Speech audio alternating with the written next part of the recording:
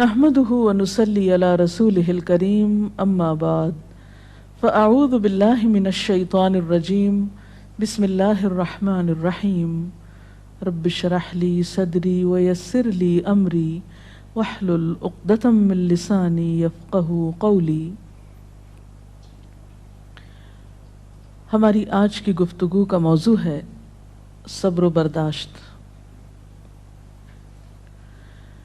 دنیا کی زندگی میں کوئی انسان بھی رنج و غم، مصیبت و تکلیف، آفت و ناکامی اور نقصان سے بے خوف نہیں رہ سکتا۔ ہر انسان پر کسی نہ کسی وقت ایسی چیز آتی ہی ہے جو اسے ناگوار ہوتی ہے، جو اسے ناپسند ہوتی ہے، اور یوں بسا اوقات انسان کو ناپسندیدہ حالات میں ڈال کر اس کی آزمائش کی جاتی ہے۔ قرآن پاک میں اللہ تعالیٰ فرماتے ہیں وَنَبْلُوكُمْ بِالْخَيْرِ وَالشَّرِّ فِتْنَةً، ہم تمہیں اچھے برے حال میں مبتلا کر کے تمہاری آزمائش کریں گے۔ ایک اور جگہ پر فرمایا خَلَقَ الْمَوْتَ وَالْحَيَاةَ لِيَبْلُوَكُمْ أَيُّكُمْ أَحْسَنُ عَمَلًا، اس نے موت اور زندگی کو بنایا تاکہ وہ تمہارا امتحان لے کر دیکھے، تمہیں آزما کر دیکھے کہ تم میں اچھے کام کون کرتا ہے۔ اچھے وقت میں، اچھے حالات میں اچھا بننا، موافق ماحول میں، خوشگوار حالات میں، یہ مشکل نہیں ہوتا، لیکن اس وقت اچھا بن کے دکھانا جب انسان پر ایسے حالات آئیں جو اس کے لیے تکلیف اور پریشانی کا باعث ہوں، اس کی مرضی کے مطابق نہ ہو، ایسے میں ہی کسی انسان کا صحیح طور پر پتہ چلتا ہے کہ وہ دراصل کیسا انسان ہے۔ اب جب بھی کوئی مشکل آتی ہے یا مصیبت آتی ہے تو اس وقت انسان کے سامنے دو راستے ہوتے ہیں۔ ایک تو یہ کہ اس مشکل یا مصیبت کا صحیح طور پر مقابلہ کرے، اس میں مثبت رویہ اختیار کرے، صبر سے کام لے، اور دوسرا راستہ یہ کہ انسان اس پر چیخے چلائے، پریشان ہو، حواس کھو بیٹھے، مایوسی کا شکار ہو۔ اب ان دونوں راستوں کو دیکھ کر آپ خود فیصلہ کر سکتے ہیں کہ کون سا راستہ آپ کے حق میں زیادہ مفید ہو سکتا ہے۔ کسی بھی آنے والی مشکل یا آزمائش کو اگر انسان رب کا فیصلہ سمجھ کر قبول کر لیتا ہے تو اس صورت میں انسان کے اندر صبر آ جاتا ہے، اور اگر انسان مایوس ہوتا ہے، اس فیصلے کو قبول نہیں کرتا، اللہ سے ناراض ہوتا ہے، تو حاصل کچھ بھی نہیں ہوتا، اس اجر کو بھی چھوڑ بیٹھتا ہے جو صبر کی صورت میں اسے اس مصیبت پر مل سکتا تھا، اس سے بھی ہاتھ دھو بیٹھتا ہے، اور دوسری طرف مسئلہ حل بھی نہیں ہوتا۔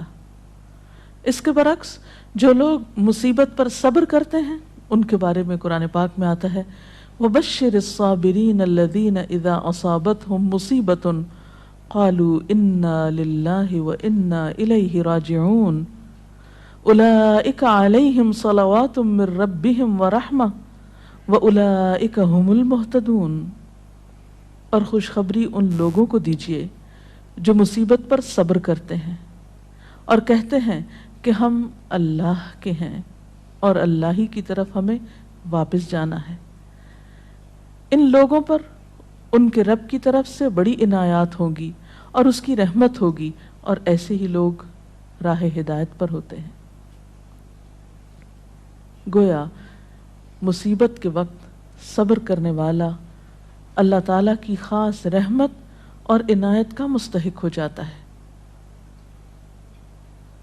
یہاں ایک سوال یہ پیدا ہوتا ہے کہ اگر انسان اللہ تعالیٰ کا محبوب ہے اور اللہ تعالیٰ اپنے بندوں سے پیار کرتا ہے تو پھر انہیں مشکل میں کیوں ڈالتا ہے، ان کا امتحان کیوں لیتا ہے؟ تو بات یہ ہے کہ دنیا میں بھی امتحان کے بغیر انسان کی اصل قدر و قیمت سامنے نہیں آتی۔ مثلاً ایک ماں اپنے بچے سے پیار کرتی ہے لیکن اس کو اسکول بھیجتی ہے، جب امتحان کا وقت آتا ہے تو گھر نہیں بٹھا لیتی، امتحان کے لیے بھیجتی ہے تیار کر کے، اور امتحان سے جب بچہ گزرتا ہے تو ہی وہ پہچانتا ہے کہ اب وہ کس قابل ہے۔ کامیابی امتحان کے بعد ہی آتی، بغیر امتحان کے تو کامیابی کا تصور ہی نہیں۔ اسی طرح ہم دیکھتے ہیں کہ دنیا کی تاریخ میں جس طرح کے بھی لوگ آئے، خواہ وہ نیک آئے یا بد آئے، اچھے یا برے، انبیاء اور صالحین تھے یا فاسقین و فجار تھے، آزمائشیں ہر ایک کی زندگی میں آئیں۔ اس دنیا میں سب کو امتحانوں سے گزرنا پڑا۔ ہاں، یہ فرق ضرور ہے کہ اللہ کے پیاروں نے اللہ کی طرف سے آئے ہوئے امتحان پر کبھی شکوہ نہیں کیا، بے صبری سے اور جلد بازی سے کام نہیں کیا، بلکہ اس کے برعکس صبر سے کام لیا۔ نبی صلی اللہ علیہ وسلم نے فرمایا کہ اذا احب اللہ قوما، جب اللہ کسی قوم سے، کسی گروہ سے محبت کرتا ہے، ابتلاہم، تو ان کو آزما لیتا ہے۔ گویا آزمائش اللہ کی طرف سے کسی ناراضگی کی علامت ہی نہیں، بلکہ بسا اوقات وہ اس کی محبت کی علامت ہوتی۔ پھر فرمایا کہ جو شخص اس پہ راضی ہو جاتا ہے اللہ اس کے لیے راضی ہو جاتا ہے، اور جو ناراض ہوتا ہے اللہ تعالیٰ اس سے ناراض ہو جاتا ہے۔ لیکن وہ لوگ جو کسی بھی دکھ، تکلیف اور آزمائش کے وقت صبر کرتے ہیں تو ان کے بارے میں خوشخبریاں بھی ہیں۔ ایک جگہ پر آتا ہے ان اللہ مع الصابرین، اللہ صبر کرنے والوں کے ساتھ ہے۔ وبشر الصابرین، صبر کرنے والوں کو بشارت دے دو۔ اور قیامت کے دن تو صبر کرنے والوں کا اجر بے پناہ ہے۔ حدیث میں آتا ہے قیامت کے روز دنیا میں عافیت سے رہنے والے جب آزمائش میں مبتلا لوگوں کے اجر کو دیکھیں گے، یعنی قیامت کے دن جو ان کو اجر ملے گا اس کو دیکھیں گے تو تمنا کریں گے کہ اے کاش دنیا میں ہماری جلد کینچیوں سے کاٹ دی جاتی اور ہم بھی صبر کرتے اور آج ہمیں بھی اتنا بڑا اجر ملتا۔ اور اس کے علاوہ جو بھی مصیبت، تکلیف، حتیٰ کہ کانٹا بھی چبھتا ہے بندہ مومن کو تو اللہ تعالیٰ اس کے بدلے میں بھی انسان کے گناہ معاف کرتا رہتا ہے۔ اس لیے کبھی بھی اس بات پر پریشان نہیں ہونا چاہیے کہ کوئی مصیبت جو آ گئی تو یہ شاید اللہ تعالیٰ کی ناراضگی ہی کا ذریعہ ہے۔ نہیں، اسی پریشانی میں آپ اللہ کی رضا کو بھی پا سکتے ہیں۔ نبی صلی اللہ علیہ وسلم نے فرمایا جس مسلمان کو کوئی قلبی اذیت، جسمانی تکلیف، بیماری، رنج، دکھ، غم، کچھ بھی جو پہنچتا ہے، حتیٰ کہ اگر اسے کانٹا بھی چبھ جاتا ہے اور وہ اس پہ صبر کرتا ہے تو اللہ تعالیٰ اس کے بدلے اس کے گناہوں کو معاف کر دیتا ہے۔ اس لیے تکلیف مانگنی تو نہیں چاہیے، عافیت کی دعا پسندیدہ ترین دعاؤں میں سے ہے، لیکن اگر تکلیف آ جائے تو اس پر واویلا نہیں کرنا چاہیے، اس کو اللہ کا فیصلہ سمجھ کر قبول کر لینا چاہیے اور اس وقت صبر سے کام لینا چاہیے۔ اب سوال یہ پیدا ہوتا ہے کہ صبر کیا کیسے جائے؟ تو اس کے لیے شعوری کوشش کی ضرورت ہوتی ہے۔ حدیث پاک میں آتا ہے من یتصبر یصبرہ اللہ، جو صبر کرے گا اس کو اللہ صبر دے دے گا۔ تو گویا سب سے پہلے نیت اور ارادے کی ضرورت ہے، اللہ کے فیصلے کو قبول کرنا، ایکسپٹ کر لینا کہ جو ہونا تھا ہو گیا، آپ اسے تبدیل نہیں اب کر سکتے۔ مثلا کوئی شخص فوت ہو گیا، آپ اس کو دنیا میں لا تو نہیں سکتے، اب کیا اللہ کے فیصلے کو قبول کر لیجئے اور اس طرح بہیو کیجئے کہ اللہ راضی ہو جائے کہ ہاں اس میرے بندے نے میری بات کو قبول کر لیا، اس کا برا نہیں مانا۔ پھر اسی طرح انسان اپنے رب کی طرف سے ملنے والی نعمتوں کو اس موقع پہ یاد کرے۔ جب ایک چیز جاتی ہے تو بہت سی ہمارے پاس بھی تو ہوتی ہیں، عموماً ہم اس کے پیچھے تو بہت روتے ہیں جو چلی جاتی ہے، اور جو نعمتیں ابھی ہمارے ہاتھ میں ہیں، ابھی ہمارے پاس ہیں، ان پر ہماری توجہ ہی نہیں جاتی۔ مثلا خدا نخواستہ بچوں میں سے اگر ایک فوت ہو گیا تو باقی تو ہیں، اگر خدا نہ خواستہ اولاد نہیں تو والدین تو ہیں، وہ نہیں بہن بھائی تو ہیں، صحت سلامتی عطا کی ہے، ساری نعمتیں اگر انسان ان کا احساس کرتا رہے، ان کا ذکر کرتا رہے، ان کو تسلیم کرتا رہے، تو انسان کے اندر صبر و رضا کی کیفیت پیدا ہوتی ہے۔ اور پھر اگر پھر بھی دل میں صبر نہ آئے تو ان لوگوں کے حالات پر نظر ڈالی جائے جو ہم سے زیادہ مصیبتوں کا شکار ہیں۔ اگر ہم کسی ایک بیماری میں خدا نخواستہ مبتلا ہیں تو ان لوگوں کو جا کر ہسپتالوں میں دیکھیے جو ایک وقت میں کئی ایک بیماریوں میں مبتلا ہیں۔ تو ہمیشہ تکلیف میں اپنے سے بڑی تکلیف والے پہ نظر ڈالیں گے تو اپنی بھول جائیں گے۔ اور اس کے ساتھ ساتھ یہ ہے کہ انسان کو دعا بھی کرتے رہنا چاہیے۔ قرآن پاک میں بھی ایسی دعائیں ملتی ہیں جیسے ربنا افرغ علینا صبرا وتوفنا مسلمین، ربنا افرغ علینا صبرا وثبت اقدامنا، ان دعاؤں کو بھی پڑھنا چاہیے۔ اسی طرح حضرت ابن عباس کا بیان ہے کہ نبی صلی اللہ علیہ وسلم جب کسی رنج و غم میں مبتلا ہوتے تو یہ دعا کیا کرتے تھے، لا الہ الا اللہ رب العرش العظیم، لا الہ الا اللہ رب السماوات و رب الارض و رب العرش الکریم۔ تو اللہ کا ذکر، اس کی دی ہوئی نعمتوں کا شکر انسان کے لیے صبر کے معاملے کو آسان کر دیتا ہے۔ اور حقیقت یہ ہے کہ صبر سے بڑھ کر کوئی چیز نہیں جو انسان کے لیے اتنی فائدہ مند ہو، جیسا کہ ایک بخاری کی حدیث میں آتا ہے، ما اعطی احد عطاء ما اعطی احد عطاء خیرا واوسع من الصبر، صبر کی توفیق سے بڑھ کر سمجھ لو کہ بہتر اور عمدہ نعمت کسی اور کو نہیں ملی۔ یعنی جس کو صبر کرنے کی توفیق ہو گئی، ہمت ہو گئی، تو سمجھ لیجئے کہ اس کو سب سے بڑھ کر نعمت مل گئی۔ یہ توفیق رب کی نعمتوں میں سے ایک بڑی نعمت ہے۔ اور ایک اور روایت میں تو صبر کو آدھا ایمان کہا گیا، صبر نصف الایمان۔ اور مومن کا حال کچھ یوں بتایا گیا، یعنی مومن کی شان، آپ صلی اللہ علیہ وسلم نے فرمایا کہ مومن کی شان بھی عجیب ہے، اور یہ شان مومن کے سوا کسی اور کو نصیب نہیں ہوتی۔ ان اصابتہ سراء شکر فکان خیر لہ وان اصابتہ ضراء صبر فکان خیر لہ، کہ اگر اسے راحت اور خوشی ہوتی ہے تو وہ شکر کرتا ہے، اس طرح اپنی نیکی کو بڑھا لیتا ہے، اور اگر اسے کوئی تکلیف پہنچتی ہے تو صبر کرتا ہے، اور اس سے وہ اپنے درجے بڑھا لیتا ہے۔ تو گویا صبر ہر حال میں انسان کے لیے فائدہ مند ہے اور انسان کے درجات کو بڑھانے کا ذریعہ ہے۔ اس کے برعکس بے صبری انسان کے لیے کسی طور پر بھی فائدہ مند نہیں۔ بے صبری سے کوئی کام نہیں بنتا، بے صبری سے کوئی بھی نتیجہ نہیں نکلتا، آپ تقدیر کے کسی فیصلے کو پلٹا نہیں سکتے۔ اس لیے صبر کرنا فائدہ مند ہے، اللہ تعالیٰ سے اس کی توفیق مانگنی چاہیے۔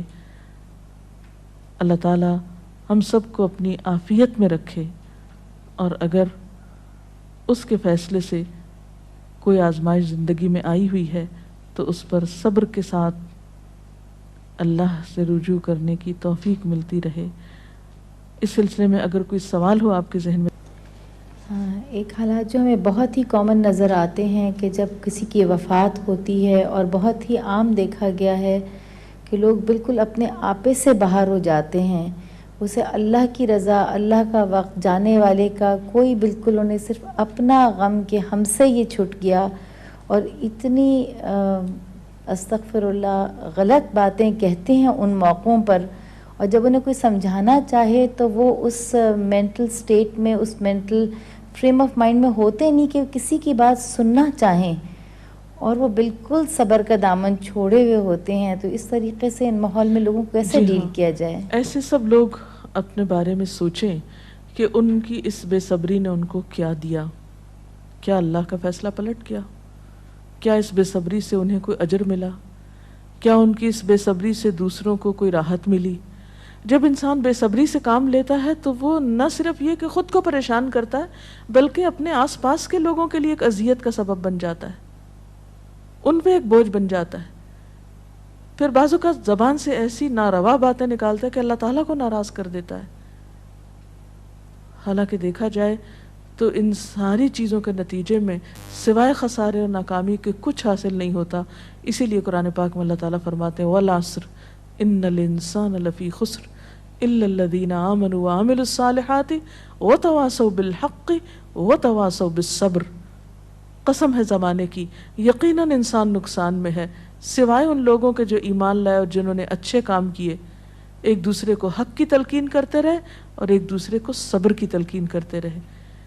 تو خواہ تکلیف میں مبتلا شخص چیخنا پکارنا کرے، پھر بھی آس پاس کے لوگوں پر لازم ہے کہ وہ کسی نہ کسی طریقے سے اسے صبر کی طرف لے آئیں، اس لیے کہ صبر کے علاوہ اور کوئی دوا ہے ہی نہیں ایسے لوگوں کی. میم صبر کا مطلب کیا ہے؟ صبر کرنا کیا ہوتا ہے؟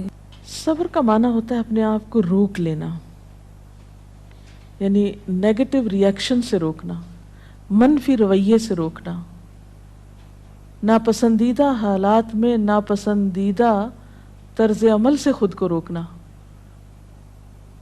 اور ایسے موقع پر ہمت اور دلیری سے کام لیتے ہوئے وہ طریقہ اور وہ طرز عمل اختیار کرنا جو اللہ تعالیٰ کی رضا کا باعث بنے.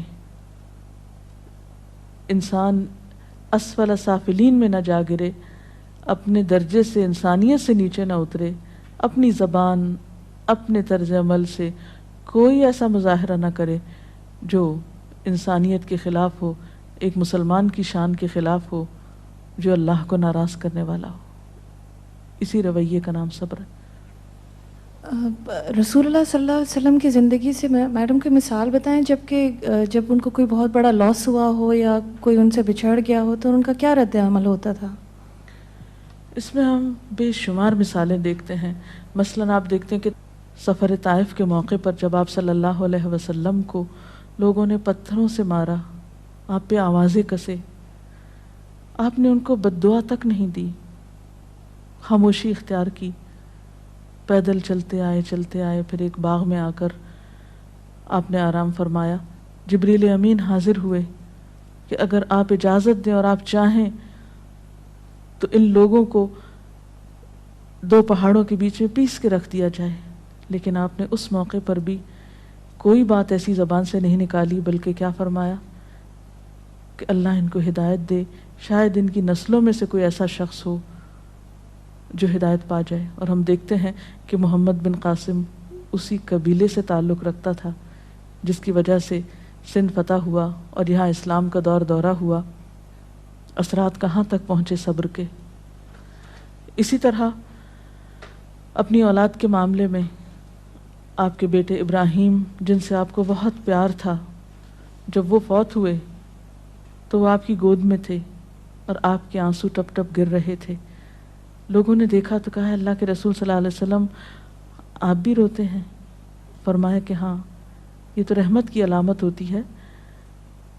آنکھ آنسو بہاتی ہے، دل غمگین ہوتا ہے، لیکن زبان سے وہی نکلے گا جو اللہ کی رضا ہوگی، یعنی زبان سے کوئی ناپسندیدہ بات نہیں نکلے گی.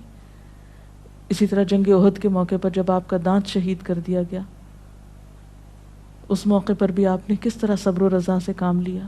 تو گویا خواہ کوئی جسمانی تکلیف ہوئی آپ کو، یا اولاد کی طرف سے تکلیف اور غم پہنچا، یا اللہ کے راستے میں جب کہیں ستائے گئے، تو کسی بھی موقع پر آپ نے کبھی کوئی ایسا طریقہ اختیار نہیں کیا کہ جو اخلاق سے کم ہو. اسی لیے آپ کو یہ اعزاز نصیب ہوا کہ انک لعلی خلق عظیم، بے شک آپ اخلاق کی عظمتوں پر فائز ہیں. اور واقعی بہترین اخلاق اس وقت کسی کا پتہ چلتا ہے، اور بہترین اخلاق والا وہی ہو سکتا ہے جو ایسے موقع پر بہترین اخلاق کو ثبوت دے جب حالات اس کے موافق نہ ہوں، اس کے خلاف ہوں، اس کے نفس کو ناگوار ہوں، اس کے لیے تکلیف دہ ہوں، پریشان کن ہوں. جی کوئی اور سوال؟ یہ صبر کے معاملے میں ہم عورتیں جو ہیں عموماً بے صبری کا زیادہ مظاہرہ کرتے ہیں، خاص کر جیسے کہیں اموات ہو جائے یا کچھ ہو جائے.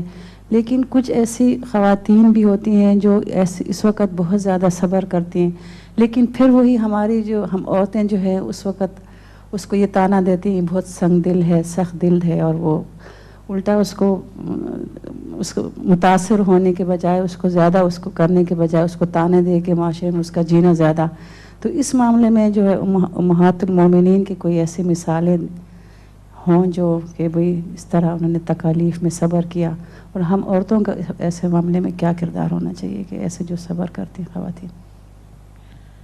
اس میں آپ دیکھیے کہ حضرت ام سلیم ہیں جن کا بچہ بیمار ہے، شوہر بیمار بچے کو چھوڑ کر جاتے ہیں، واپس آتے ہیں تو بچہ فوت ہو چکا ہوتا ہے. بیوی بہت صبر سے کام لیتی، یعنی ام سلیم جو ہیں بہت صبر سے کام لیتی ہیں، بچے کو ڈھانپ دیتی ہیں، شوہر کا استقبال کرتی ہیں، ان کو کھانا کھلاتی ہیں، آرام کرنے دیتی ہیں، اور پھر بہت عمدہ طریقے سے ان سے کہتی ہیں کہ اچھا ابو طلحہ یہ بتاؤ کہ اگر کوئی شخص تمہارے پاس اپنی امانت رکھے اور پھر امانت لینے کے لیے آ جائے تو تم کس طرح واپس لوٹاؤ گے؟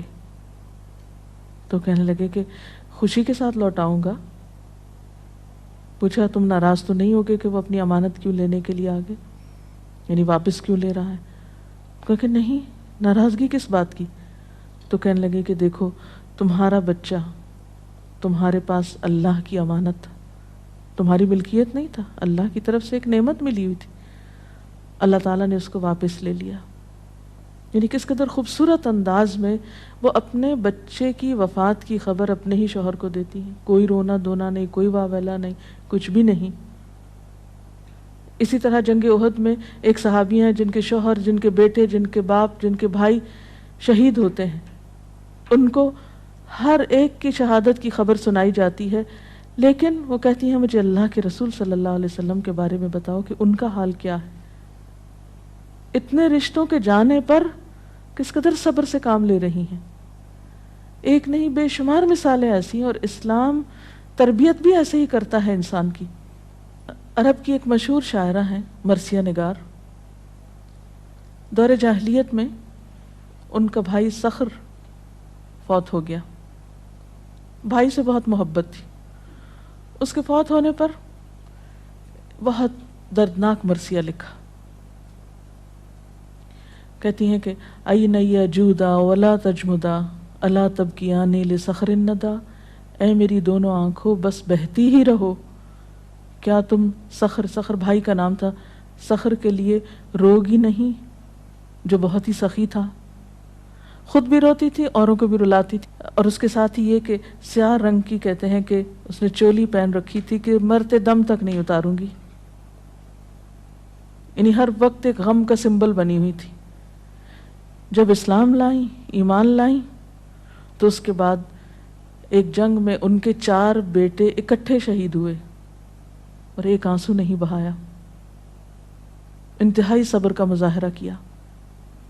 وہ خاتون جو دور جاہلیت میں ایک بھائی کی وفات پر مسلسل روتی تھی، ایمان لانے کے بعد اس پر بھی صبر آ گیا اور اپنے بیٹوں کی شہادت پر اللہ کا شکر ادا کیا.